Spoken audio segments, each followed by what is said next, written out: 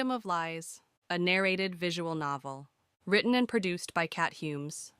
12 years later, and that day in the carriage still kept me awake at night. Well, a lot of things kept me awake at night, but that one in particular. We returned home eventually to two kingdoms nearly broken from the war. My father was different.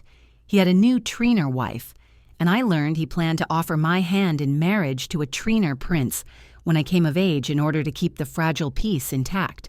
My days went from adventures and freedom in Narration to rules and religion and history lessons. In the beginning, 6 gods ruled over man, life and death, time and space, knowledge and wisdom. Mari began. When they grew tired, they imbued certain families with their blood, giving them the power needed to govern the people and the land. It is in their name we ask for the strength and courage to be of service. Sounds like bullshit to me, Bran said, leaning back where he sat against the wall with my sister. Mari didn't take the bait. She was a Treenar princess, trained to keep quiet and be submissive. It would take more than the blasphemy she heard every day in Naporia to get a rise out of her. Sit up straight, Ara, She told me. Tell me the virtues. Why was I the one being punished? I took a deep breath to calm my anger. A virtuous woman is obedient. She is quiet. She does not cry. She does not feel pain. She is pure of desire and of want. She accepts punishment with a grateful heart. She is empty of self so that she might serve her husband with grace. She is attentive and unseen.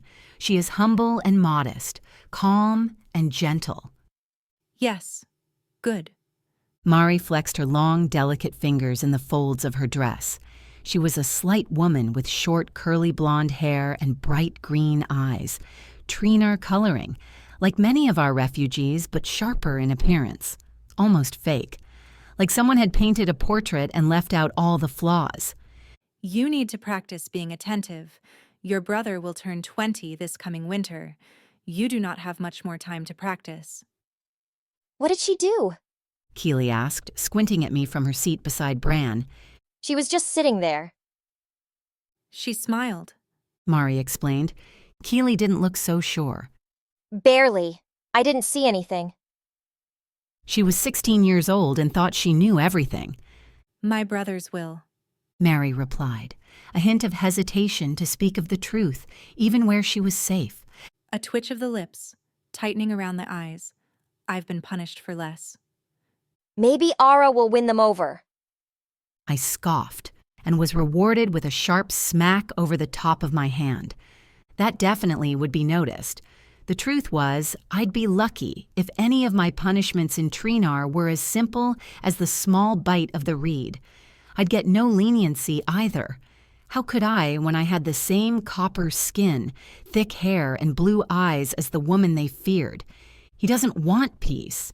He wants a hostage, or a lamb to slaughter. Not much use lying to myself. You should take this seriously as well, both of you. Mari went on. When your father names Brandon heir. if he names me heir. Bran corrected. When he names you heir, you will realize that there is a reason he still encourages the belief. Did not your own great-great-great-great-grandfather invoke the gods when he rebelled against my ancestors and stole half the Treenar farmland? Bran smiled. Oh, Mari. 10 years in Naporia had changed her, even if she refused to admit it. Bran poked his finger into the cracks of the Treenar princess's submission. Well, he wouldn't have had to if your great-great-great-great-grandfather hadn't started burning people. And without missing a beat, Keely was ready to help. You said the gods gave the royal families their power with their blood. But how did they get their blood into the families? Bran smirked. Probably non-consensually. Oh. The Treenar princess stomped her foot, pink rising in her cheeks. I am starting to believe Ara would be better suited for the throne than you. She would, He agreed. Do not say that. Women cannot be kings. He crossed his arms, enjoying himself. It is her birthright. She was born first. Mari prickled. More proof that your grandfather was a liar. All kinds of things happen when you stop following the will of the gods. I resisted the urge to speak. She was talking about Eglin, the first Naporian king, but also my father marrying a woman with questionable royal status. The Treenar hated my mother. They feared her. I needed to get used to hearing these things. Bran, on the other hand, his voice went low and sharp.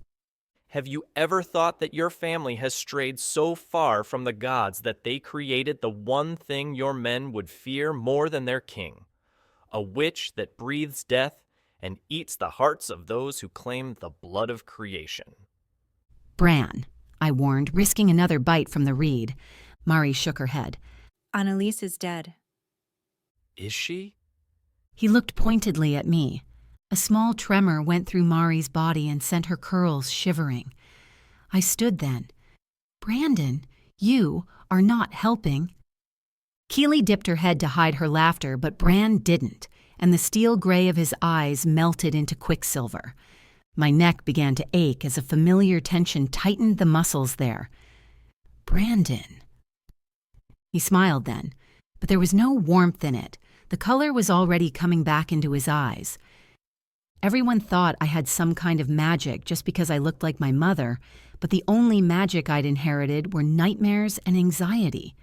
It was as if I could feel the fear of those I spent a lot of time around as tension in the back of my neck, the latter of which was already beginning to ease.